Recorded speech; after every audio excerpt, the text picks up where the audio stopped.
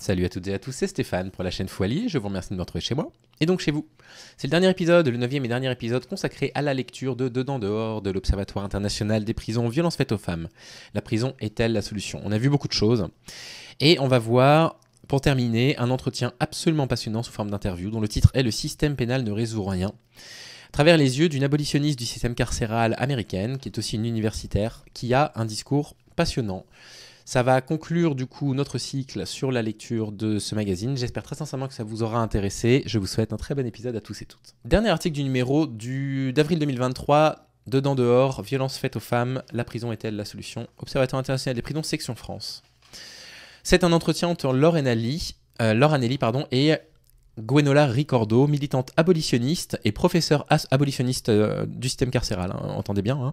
Pas abolitionniste de la prostitution, là on parle du système carcéral. Professeur associé en justice criminelle à la California State University de Chico. Les fonctions régaliennes de l'État sont la continuité d'un système de domination fondé sur le patriarcat, c'est sa théorie. L'article en question s'appelle « Le système pénal ne résout rien ».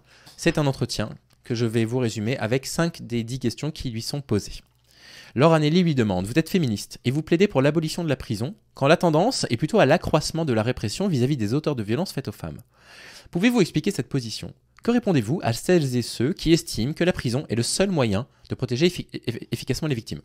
Je trouve la question un peu orientée avec un faux dilemme, c'est-à-dire qu'en fait on ne dit pas que c'est le seul moyen non plus. Mais bon. Et donc, Gwenola Ricordo répond ceci. À mon sens, ce n'est pas par les politiques pénales que l'on mettra fin à la source de ces violences, c'est-à-dire le patriarcat. Ensuite, est-ce que la punition, et en particulier la peine d'incarcération, est efficace pour prévenir la commission de délits et de crimes?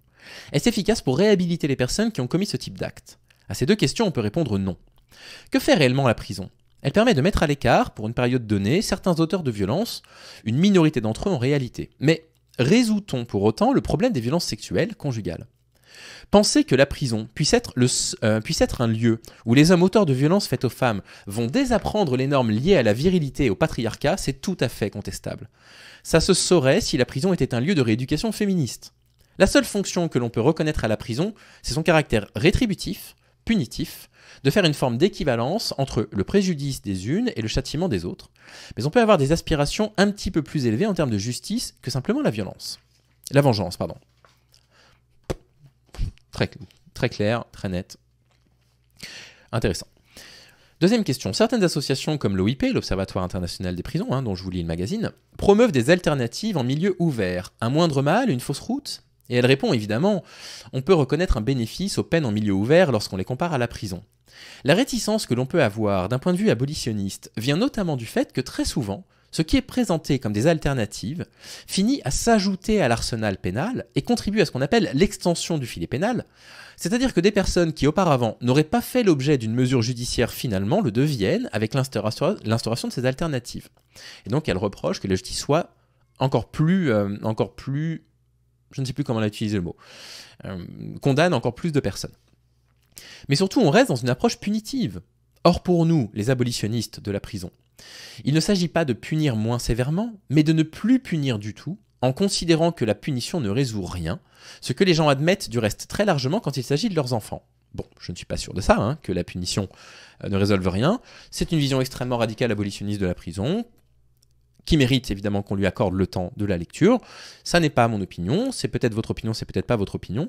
Mais en tout cas, on voit quand même la démarche qui s'inscrit dans toute la démarche de ce magazine-là d'avril 2023, à savoir de se dire, la réponse pénale ne peut pas être la seule réponse. Parce que la réponse pénale n'est pas suffisante, et on le voit bien, on augmente la réponse pénale, et pourtant il y a toujours autant d'agressions sexistes et sexuelles.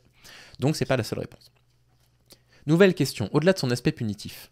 Qu'est-ce qui motive votre rejet du système pénal dans son ensemble, police et justice? Et elle répond. La prison, comme la police et le système pénal, s'accompagne de beaucoup de nuisances, d'un coût social excessif pour certaines populations. Et là, elle revient effectivement à sa critique raciste et classiste du coût de ces institutions. Contrairement à ce qu'on peut entendre, la prison, ça n'arrive pas à n'importe qui. Ce système vise et affecte prioritairement et massivement les populations pauvres, celles issues de l'immigration, de l'histoire coloniale.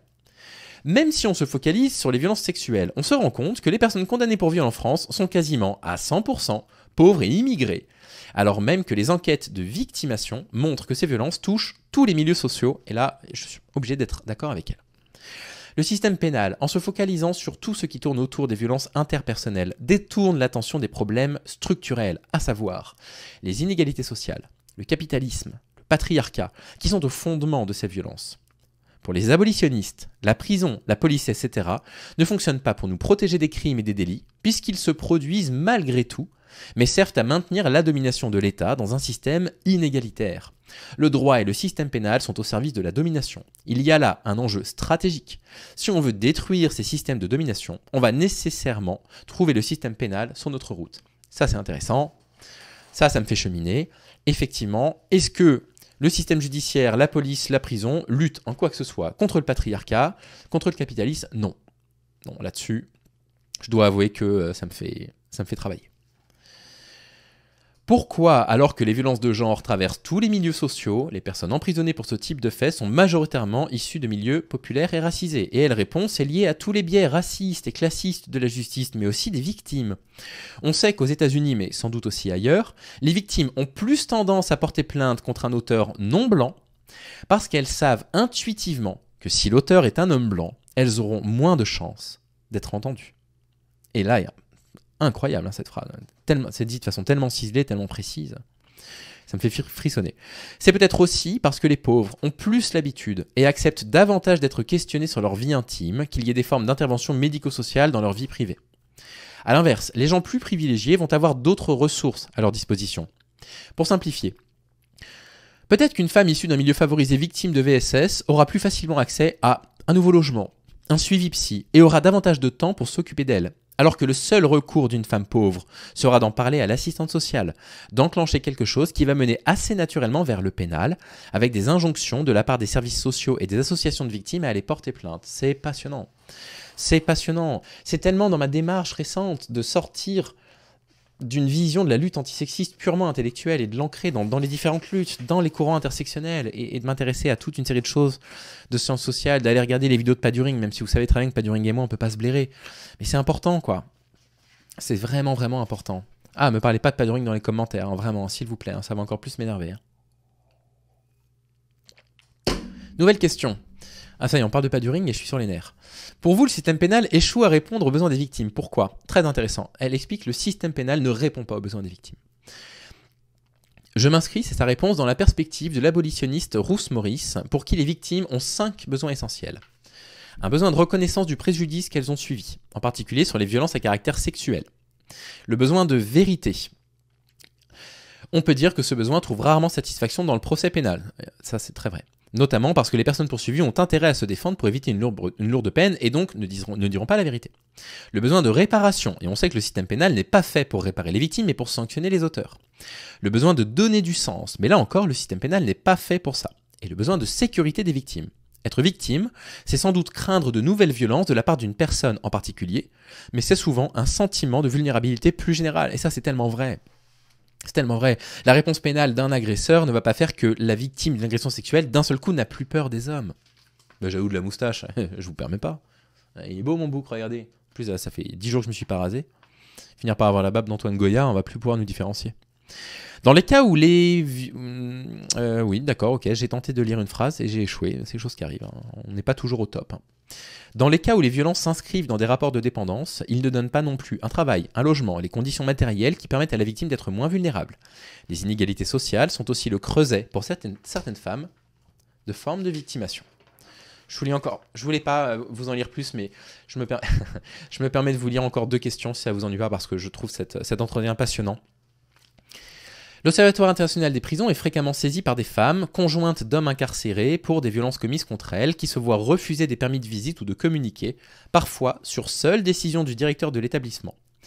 Qu'est-ce que ces situations vous inspirent? Elle répond « La meilleure manière d'aider une victime est-elle de l'empêcher physiquement, matériellement, de retourner chez son mari violent ?» Non, et puis moi c'est pas ça ce que je dis, c'est plutôt de pouvoir l'accompagner psychologiquement, psychiatriquement, pour l'aider justement à s'en détacher, et à se détacher d'une éventuelle forme d'emprise. Moralement, la plupart d'entre nous diraient non, on ne va pas contraindre une victime de violence conjugale pour son propre bien. On dirait plutôt qu'il faut l'accompagner, qu'elle a besoin d'être aidée, que le parcours risque d'être long, parsemé de retours au domicile, etc. Pourquoi? Parce que ces femmes ont leur conjoint ou partenaire en prison, devrait-on agir autrement, être dans la contrainte?